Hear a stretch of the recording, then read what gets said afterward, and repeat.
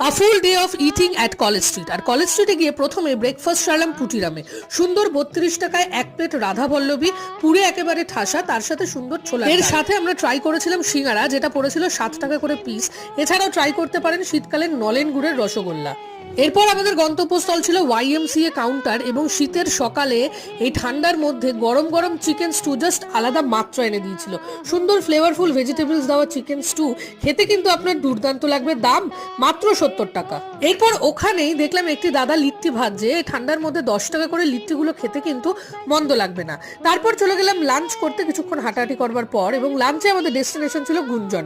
গুঞ্জনে কিন্তু বেশ pocket friendly Chinese খাবার দাবার পাওয়া যায়। প্রথমেই আমরা নিয়েছিলাম ফ্রাইড ওয়ান্টান। হেলথ কনসিয়াস হলে আপনি স্টিম ওয়ান্টান ট্রাই করতে পারেন।